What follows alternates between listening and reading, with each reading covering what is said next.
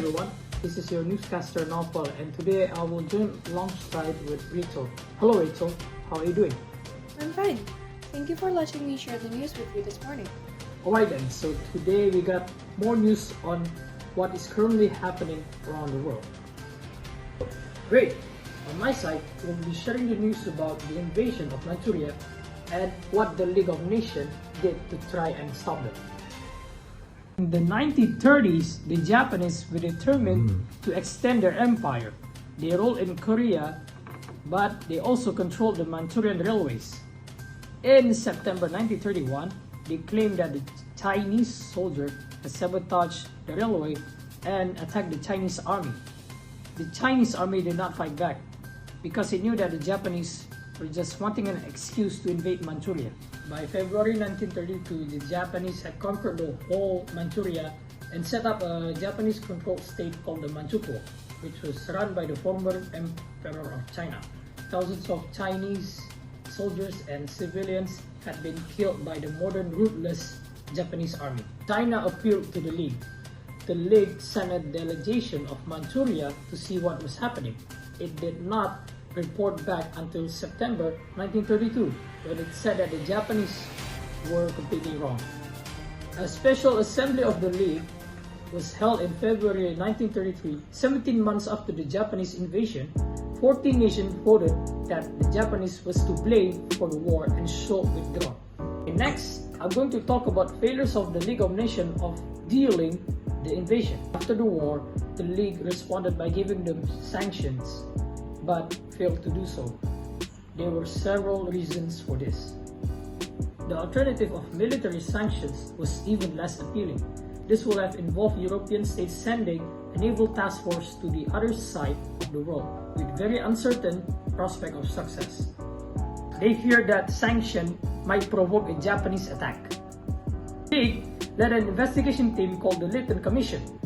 Lytton spent 6 weeks in the province and came to the conclusion that although the Japanese were provoked in the various way by the Chinese, the invasion was not justified. Alright, I'm done with the news and let's get to Rachel's news. Thank you, Naufal. Today I'm going to be sharing the news about the invasion of Abyssinia and the failure of League of Nations. Britain and France had made a deal with Mussolini to annex a part of Abyssinia, which Mussolini agrees to.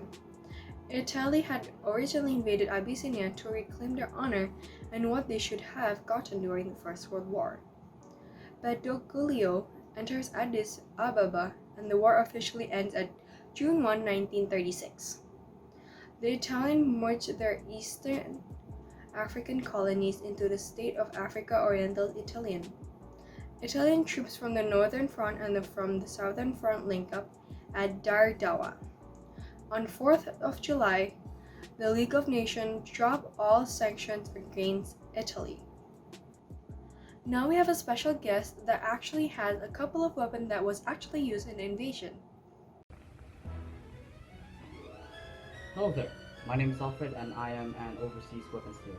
Now, today I am here to showcase 2 weapons that I've managed to get my hands on. One is from the invasion of Abyssinia and one is from the invasion of Manchuria. Now, I'm pretty sure that you guys have heard of it from the newscasters before me, and I'm not here to tell you guys about it. I'm here to showcase the weapons, what they're able to do and whatnot. Alright, let's start off with the Italians. The Italians were using a rifle called the Carcano rifle. To be specific, it's actually a family of rifles. The one that I will be showcasing here today is actually the Moscello Modello 1891. This thing can hold up to 5 rounds of 6.5x52mm Carcano, which are specifically designed for the Carcano rifles. Alright, it is a bolt-action magazine-fed rifle, so you'll need a magazine to actually get this thing running. Let's give it a test fire.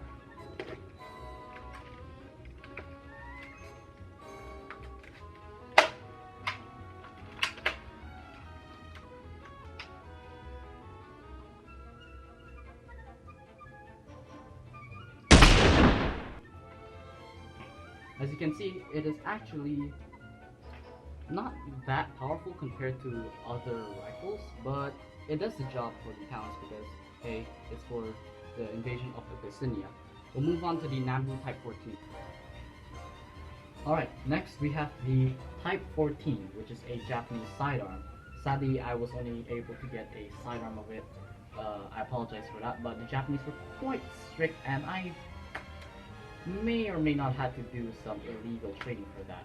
Now, the Type 14 Nambu pistol, this one's specific, is the Type A. Right, yeah, this is the Type A, and it fires 8x22mm rounds.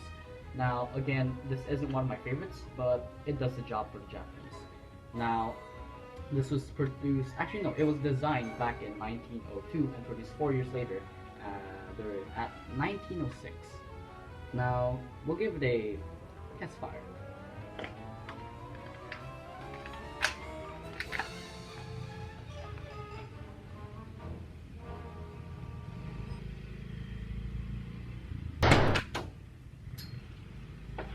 Well, not too powerful. Again, not one of my favorites. It uses 8x22, which really isn't my favorite, and it's not what we're used to from where I come from, where we use 9x19 Parabellum, which is a better round. Even though it doesn't hit as hard as we want to, it's still better than this. But hey, this thing does the job, and if it does the job, then that's all that matters.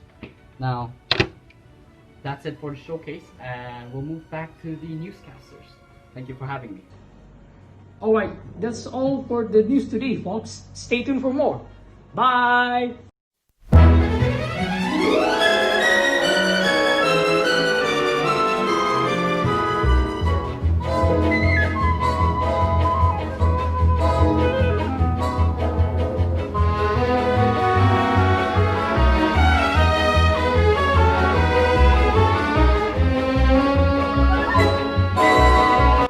I have, which is this one.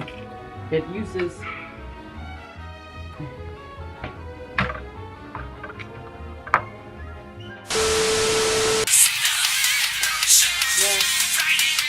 too powerful. Again, not one of my Deja vu, I just been in this place before. Higher on. I was only able to get a sidearm of it. I apologize for that, but the Japanese were quite strict, and I may or may not have to do some illegal training for that.